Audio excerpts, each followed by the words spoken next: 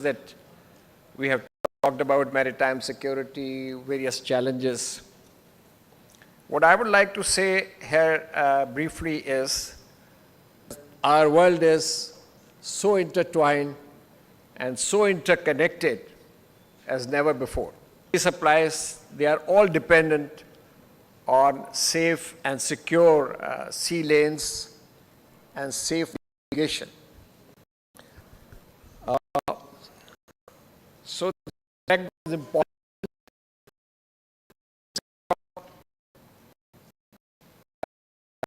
In the previous session also alluded to various challenges. And the challenges reach the world, then militarization and nuclearization of the Indian Ocean, non-traditional threats.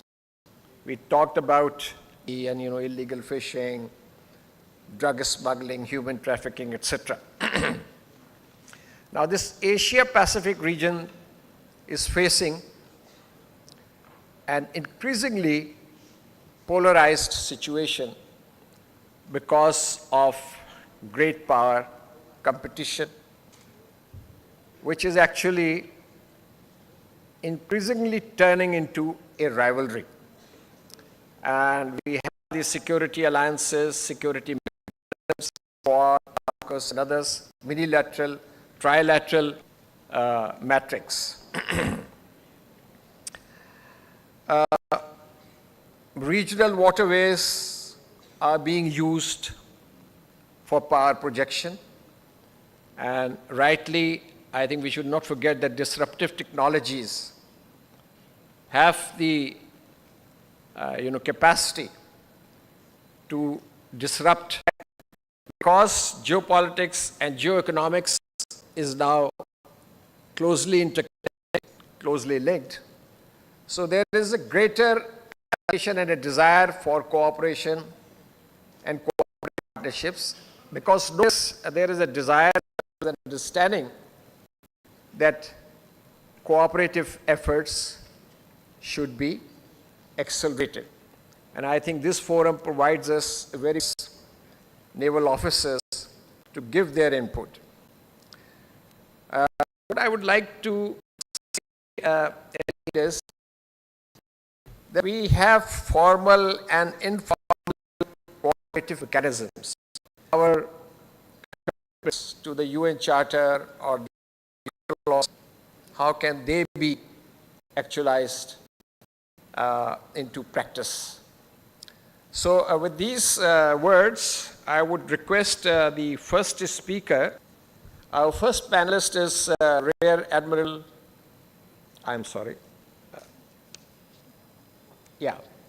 who is the Flag Officer Commanding Naval Doctrine Command, Nigerian Navy. He was commissioned into the Nigerian Navy on 25th September 1993. And he was the Directing Staff, Chief Instructor, and Director of Logistics at the Armed Forces Command and Staff College, Nigeria, as well as the Pioneer College, Nigeria. He was also Directing Staff at the Premier National Defense College, Nigeria. And he has served as base operations in various at NSS Delta, Deputy Command Operations as the second flag officer. Admiral Zakaria has also attended several courses at home and abroad in Sweden, India, Strategy and Development Studies from the Bangladesh University of Professionals, and currently pursuing a doctorate in defense. A very impressive CV. So you have the floor. Thank you very much, Your Excellency. I'd like to extend the warm greetings from the Chief of the Naval Staff of Nigeria, Vice Admiral Ogala, for the invitation extended to Nigeria to attend this AMAN dialogue.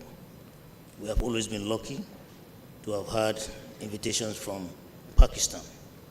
So thank you very much, sir, and I'd like to express my talk is going to be on perspectives of maritime security operations and collaboration, looking at Nigeria as, of course, it's no gainsaying that the importance of the sea to littoral nations is of economic value and prosperity. And having said that, the Gulf of Guinea itself provides a maritime environment that is rich in resources, apart from the trade, and these resources ranging from natural ecosystem and also oil and gas within the Gulf of Guinea. The Gulf of Guinea itself has a maritime coastline of 2,874, and Nigeria occupies a central stage within that Gulf of Guinea with 420 nautical miles of coastline, and also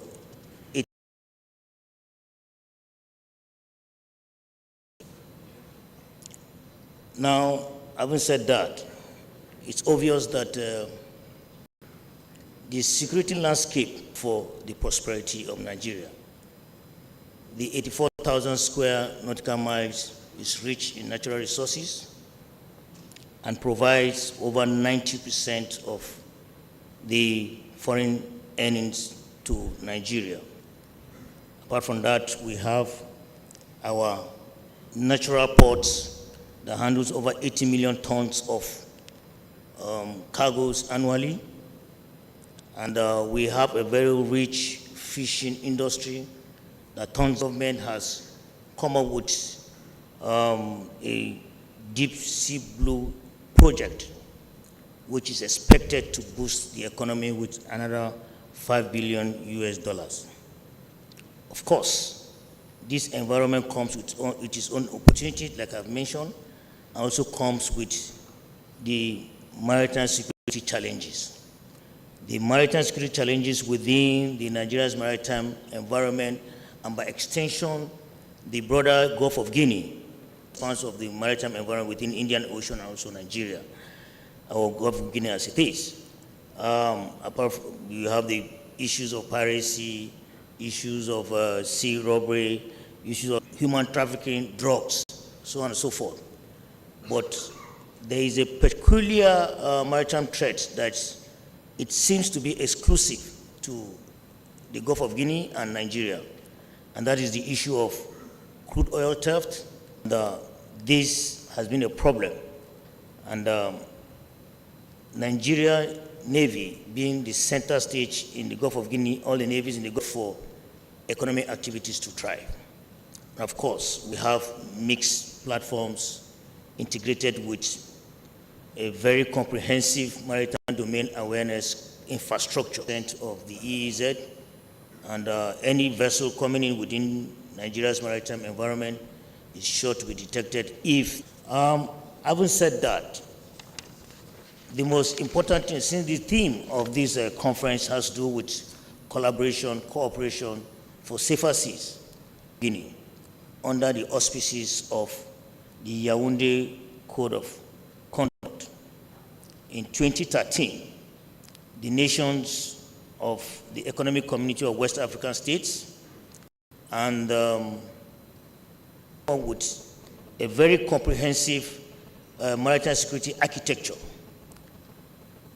That architecture involves having one inter-regional coordinating center located in Yaoundé, and also we have two regional maritime coordination centers, one in Senegal and one in Angola. These regional maritime security centers coordinate the maritime activities, maritime security activities, West Africa and the East Central states of East Central states. Now, each of these maritime security coordinating centers have 3 zones, and the Central African states have 2 zones. Each of these zones have what we call the multinational coordinating center. Now, the multinational coordinating centers are into information sharing, tactical, and the operational level, while the regional maritime centers are of that, they coordinate the activities within the economic community of West African states and also that of the economic community of Central African states. So at that level, that is the structure that we have that will cooperate with other countries within the Gulf of Guinea. And it's mainly on information sharing, not pursuits. And once you transfer into another country's territory, at least it allows them to make the arrest and also repatriate these vessels back to the point at which the infraction was committed. Apart from that, Nigeria also is into international maritime conference and regional exercises, the same pattern that of AMAN 2025. We have held it so that it forms an avenue where you will brainstorm and then capacity building and also training. On the international part, we have fraction we can always investigate and then come up with, make sure that the perpetrators are a yearly exercise sponsored by the United States, exercise Obangame Express and Flintlock, and also there's an exercise organized by the French Navy, African Nemo, which is done yearly, Gulf of Guinea. One of the basic challenges that this separate architecture provides is that we have an issue, these are one of the issues that we have tried to see how that can be improved upon. And recently we have also had the establishment of what we call the command to let go some of their sovereign rights. But of course, that's going to be a problem, but with time, I want to assume that that will be improved upon on the maritime domain awareness capability that we have so that we can have a full picture of what happens in the maritime environment. We have to encourage other navies within the coast of Gulf of Guinea to also have the maritime domain awareness capability. That way, if it is infused, we'll have a proper coverage of the general area and we are sure that the seas will be secured. And capacity building is one of those things. And then the inroad of AI and some of ourselves, that will be what we should look forward to. I hope that this few talk of mine has given you an insight on the collaboration effort of the Nigerian Navy and other navies within the Gulf of Guinea. And I hope that... Thank you, Admiral, for sharing your perspective and also letting us know the cooperative structures which exist. So I think the bottom line is how to improve this cooperation because we know the challenges and the threats to maritime security. And it's a useful discussion and I hope more input will come. Before I proceed to request Colonel Vice Umar Bogore, Commander Djibouti Coast Guards, and I also like to pose two questions, whosoever wishes to make a comment on that in the context of cooperation. Let me first CV part.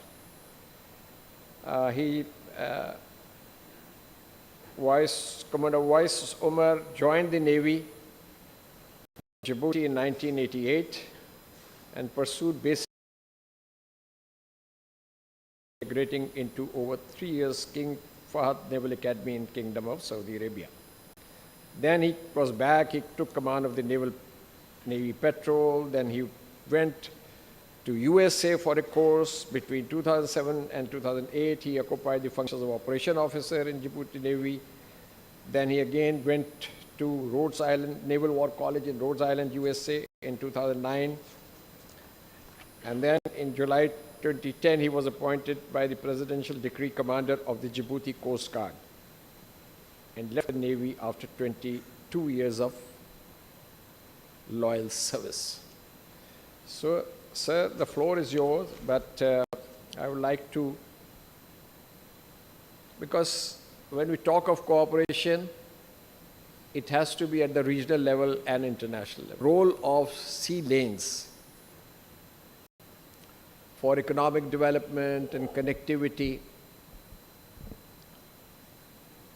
Can these structures like the IORA, etc., and do you see any role for the CBMs to foster a collaborative approach? Bismillah ar-Rahman ar-Rahim. I would like, first of all, to present what I'm doing right now on the maritime security and safety in Horn Africa or Eastern region. So if you allow me, I will be back for that answer and I will present a little bit.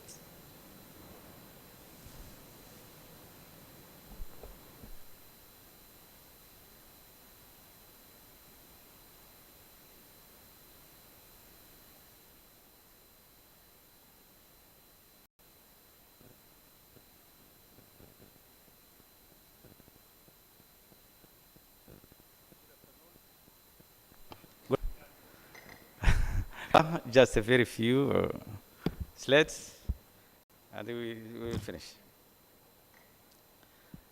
First of all, I would like to share my colleagues where Djibouti is. But last 20 years, when the piracy popped up in West Indian Ocean, the Djibouti, the Navy coming, refueling, and they changed the crew. I'm sorry. Djibouti is located down the south entrance of Bab al-Mandab, west of Gulf of Aden, surrounding 4 countries. Yemen, we share with the seaside border.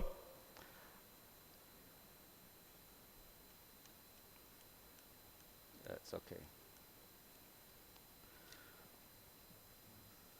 So Djibouti as a, a technical problem.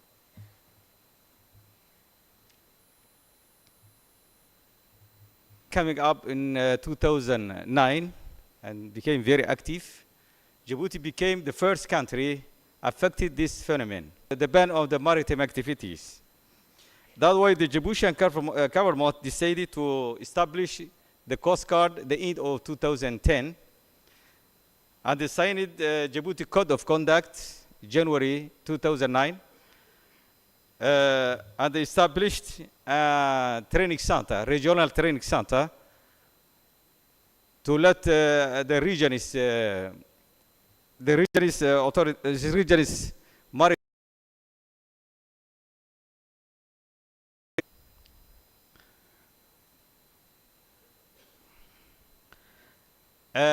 Djibouti, when they created the Coast Guard, why they created the Coast Guard? They in the region in West Gulf of Aden and the Bab al-Mandab, as well as the southern in the Red Sea. And those institutions was created in the end of 2010. I was the person who in charge to create that organization.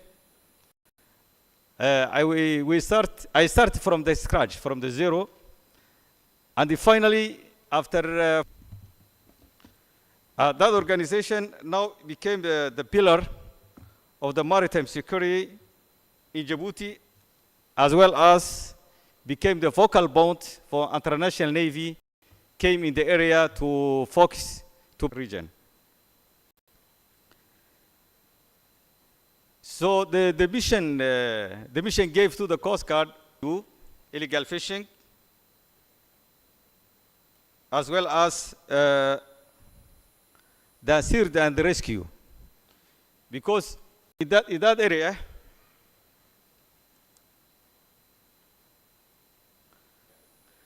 and as you know, this area is the unstable area, where piracy in Gulf of Aden here, disturb the most important busiest shipping line in Bab al-Mandab. Priority to secure this area, which is vital not only for Djibouti, but also for international community.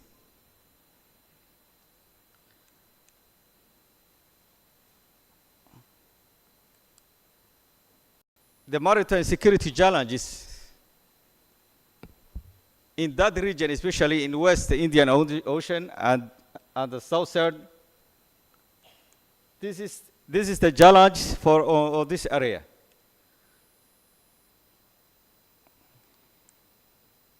The illegal fishing is an economic reason only, but the worst cases we are facing in this region, this area, back from the shore as well as the pirates. So the title, as you see here, is a problem is going on almost daily or through the week. Political problems impacting negatively to the maritime security and the safety in this region.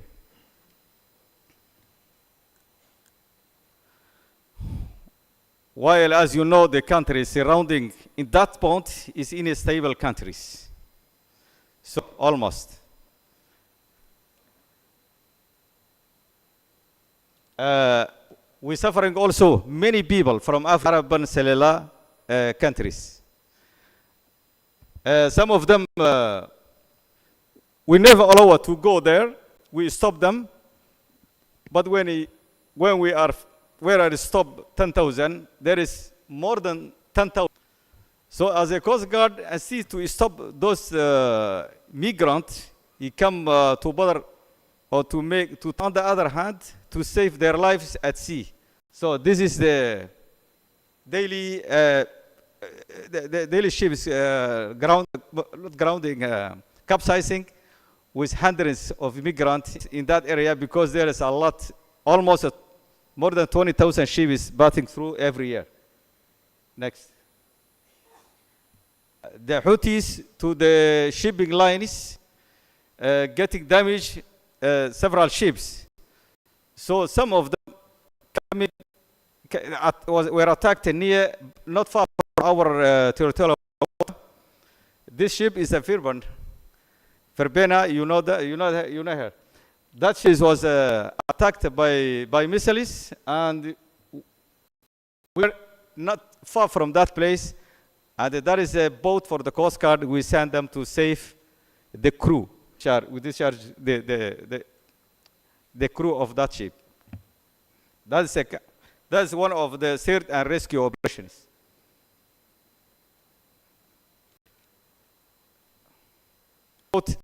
We try to shut down the fire because it's more than us.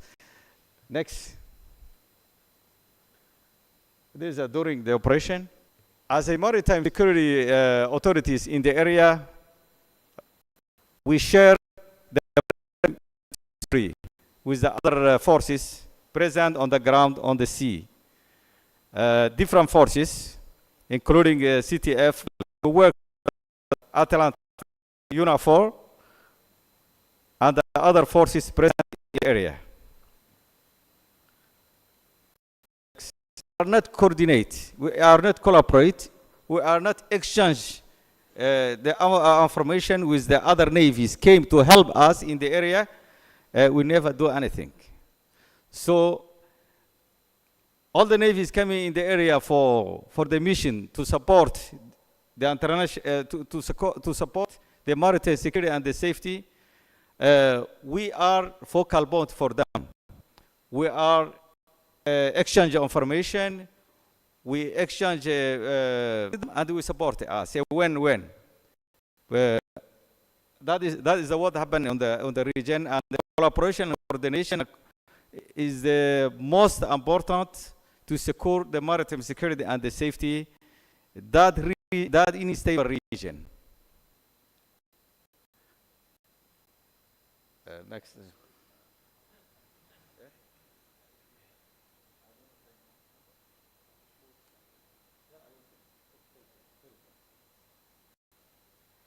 So, including one of the important things we are sharing with the other navies is the exercise together.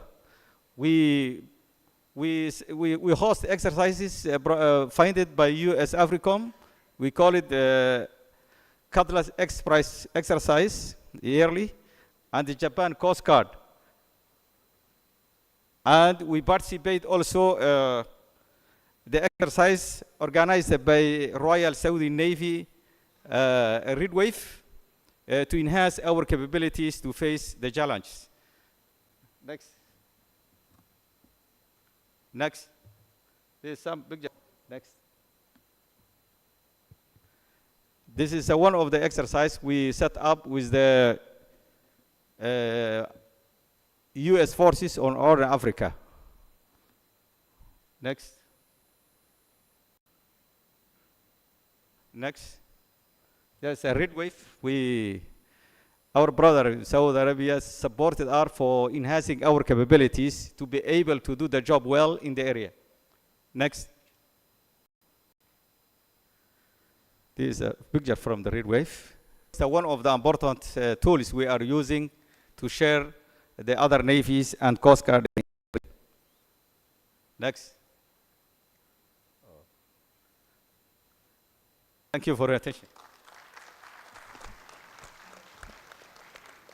Thank you very much for letting us know that Djibouti, of course, Djibouti occupies a strategic location, and that you have Brigadier Abraham Bewart from Kenya to take the floor. Actually, we have about 20 minutes, and there are 3 speakers. So I would request all the panelists try to finish within 5 to 6 minutes, if possible, so that if maybe we will have some time for at least 2 questions. Now, Brigadier Abraham has been Chief of Operations, Kenya Shipyards, Peacekeeping Training Officer in New York, Commanding Officer, Kenya Navy Technical Service Unit, Senior Directing Staff, Joint Warfare, Kenya. Then, of course, he has attended various courses, Master of Arts from USA, Costa Rica, Master of Arts, University of Nairobi, as well as Diploma in Professional Military Training Education, US NDU. So you have the floor. Thank you, Your Excellency. Well, on behalf of the commander of the Kenya Navy, who was unable to attend because of other exigencies, we are very thankful for having been recognized the importance of Kenya in the eastern part of the Indian Ocean. And indeed, Africa in general, and as we all realize that the future technologies will rely mainly on the resources from the African continent, and especially from the Central African region, which its exit to the rest of the world's market will be through the Indian Ocean. So I always say that Africa perhaps is the last virgin in the party. So I will not dwell much on what my colleagues have spoken about, but the Kenyan perspectives on a number of these threats and all the other illegal activities going on within that part of the Indian Ocean. The stability of Somalia is paramount, and Kenya as a nation, from the time Somalia ceased to have a government in the ocean. And as you know, recently, the newly renewed mission, African Union mission in Somalia, we are also part of it. And we are mainly in the southern part of Somalia, in Kismayu, which we have been there since 2011. On the issues of illegal fishing activities, of course, this depends on increased capabilities that we are in. But of course, the most important part of it is cooperation and collaboration amongst partner nations. Some of those initiatives that have been mentioned by my colleagues, I don't wish to belabor on them. On the effects of climate change, what we are doing as the Navy and as Kenya, one part of it, we are addressing the issue of deforestation by targeting a forest cover of 30% by the year 2032, of afforestating the mangroves trees along the oceans. And as you know, mangrove trees are very good in provision of oxygen and cleaning the environment where our fishes and other marine resources reside.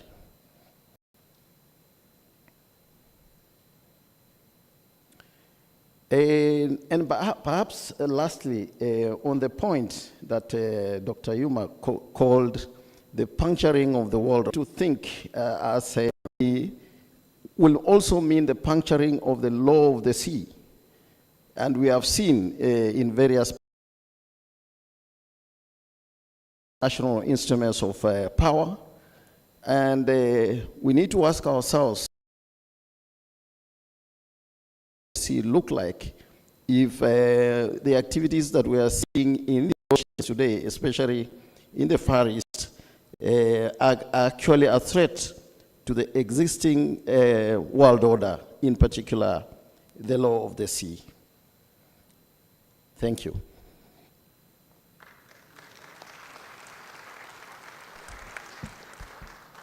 I'm very glad you apprised us of the plantation drive in your country, and we are also in Pakistan engaged in this activity on a fairly good scale. Thank you very much. And sir, if you would like to say anything on the prospects of international collaboration in terms of addressing the non-traditional maritime security threats, what more could be done within the existing structures and mechanisms? Your thought would be appreciated. Let me also introduce Rear Admiral. He holds strategic studies from Command and Staff College, Riyadh. He served on various important operational and staff billets during his entire naval career, and his operational appointments include ASW officer on board some ships at Al Riyadh, operation officer on board HMS Makkah. He has also been a squadron commander of very fast petrol boats. His staff appointments include Director of Planning and Operations at Western Fleet Command, instructor at Western Fleet Training Center, and he served as Deputy Assistant Defense Attaché in United States, and liaison officer for overseeing Eastern Fleet modernization. This was serving as base commander Jeddah. And yeah, thank you. You have the floor.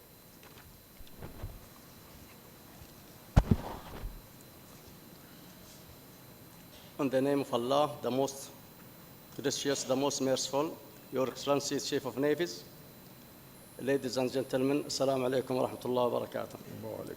First, I took the opportunity to thank the Islamic Republic of Pakistan, represented by Pakistan Navy, for excellent hosting of this forum, Aman Dialogue 2025.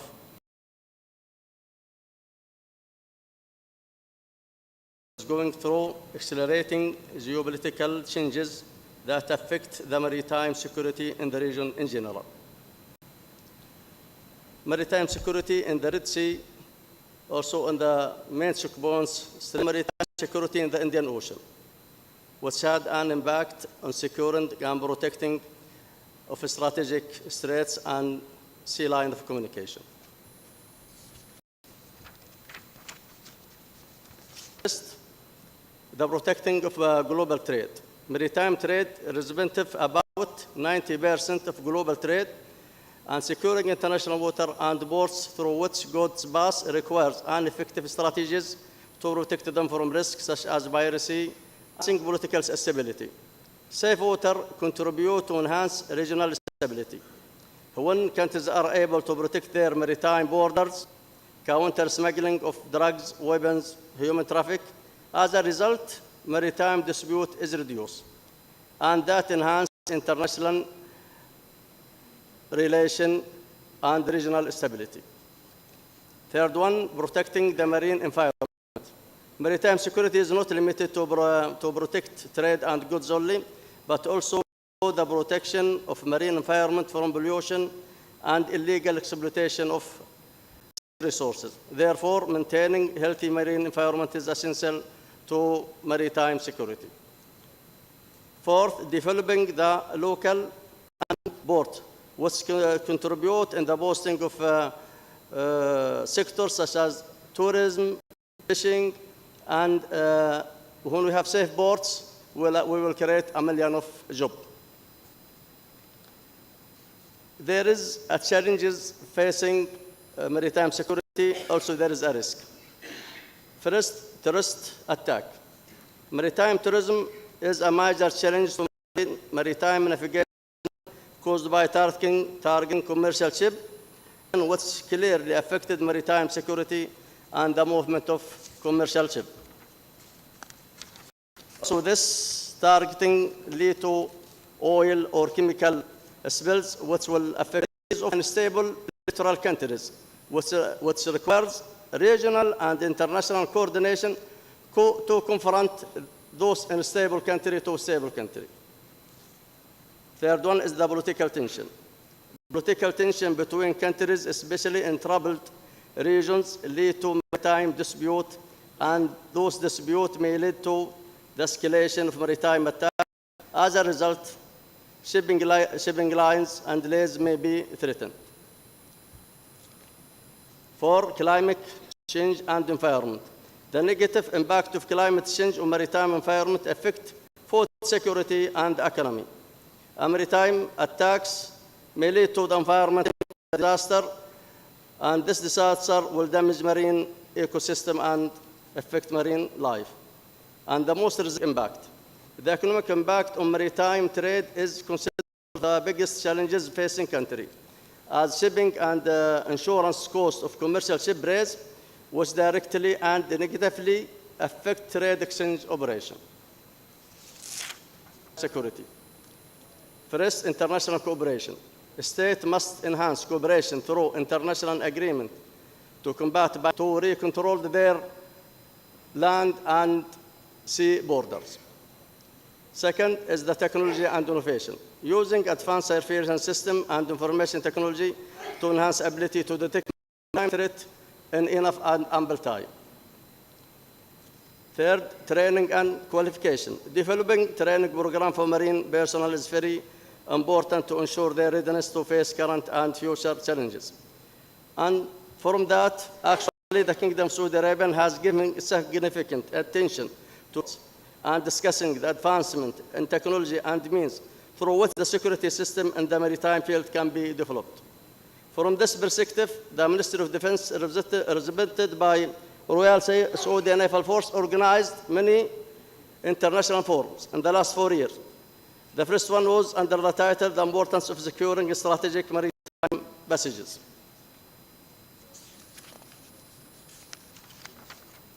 And now, we are here, 60 country participate. In conclusion, maritime security is a very important element that affects the global economy, the stability of countries. By enhancing maritime security, we can build a prosperous maritime future based on sustainability, international cooperation, ensuring the safe navigation and the flow of trade, and protecting the marine environment.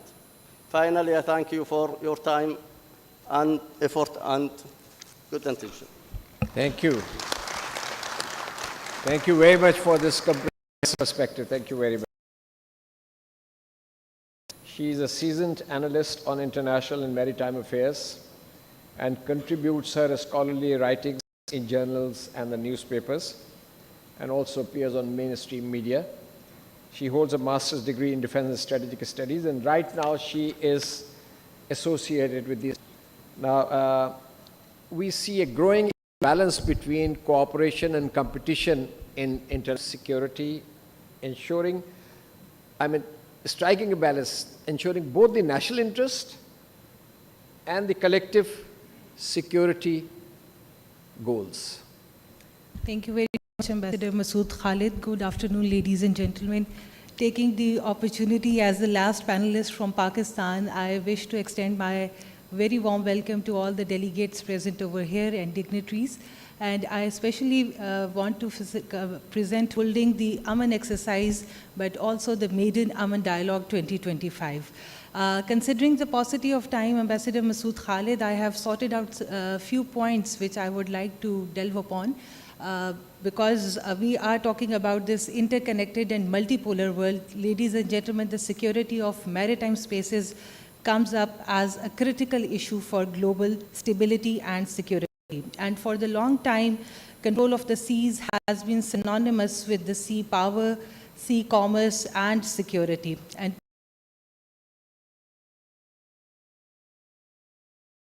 routes or deterring piracy. Also discussed in today's session, the environmental protection, securing of digital infrastructure, and even the broader disarmament and armed control agendas that underpin international security. While we are talking about international law and peace and stability, I think in Indian Ocean region, the competition between specific nations is primarily perceptive in nature, and definitely a need to work together in some domains, especially when stakes of other nations are in. But they must not override the need to ensure peace and stability in the region.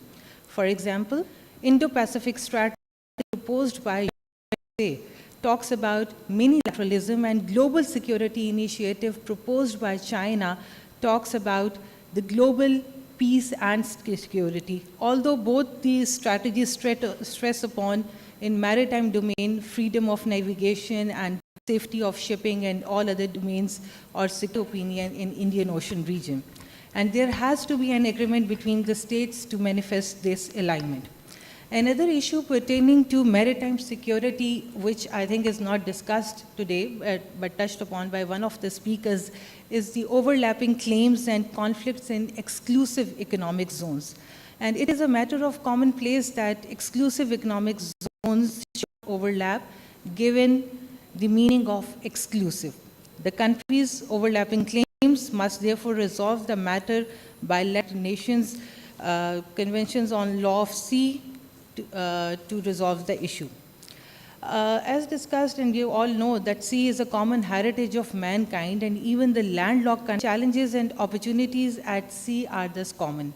No one country can claim to negotiate situations at sea alone, and hence a collaborative approach under the auspices of international law and diplomacy must. An excellent platform provides an excellent opportunity to forge collaboration and cooperation in maritime domain. And Pakistan Navy, ladies and gentlemen, has always forged collaborative strategy to negotiate challenges at sea. When Coalition Maritime Campaign plan was formed post 9/11, Pakistan was among the first few and the only regional actively, and to ensure freedom of navigation in our region, Pakistan's Navy initiative of Regional Maritime Security Plan has been lauded by the regional countries for tangible outcomes. As dignitaries sharing platform with me are mostly from African countries, and it is my utmost privilege. The most important outcome of these interactions is the interoperability that is generated between the respective navies, and as a result, mutual understanding is enhanced. In the end, or to conclude, I must say that opportunities for collaboration must be explored in a way that mutual understanding and interoperability can be catalyzed through public diplomacy, either between Pakistan and African continent or any other continent of the world. And this missing aspect needs to be highlighted from all the sides of, or all the navies which are participating in AMAN exercise. I think the win-win situation can be that we all should gather on a platform like AMAN Dialogue or the other opportunities which should be provided so that our common problems, the security or the challenges at sea should be addressed. Thank you. Thank you. Thank you very much. I think we have already run out of time.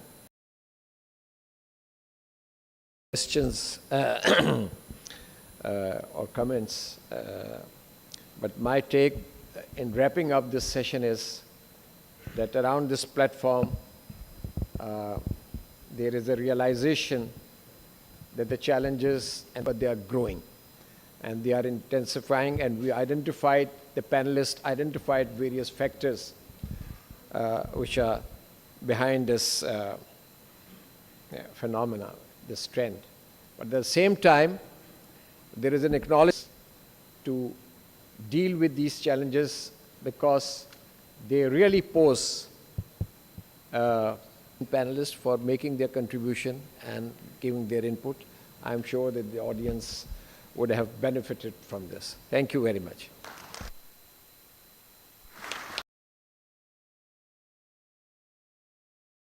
For day 2 will begin at 9 a.m. Thank you and have a pleasant evening.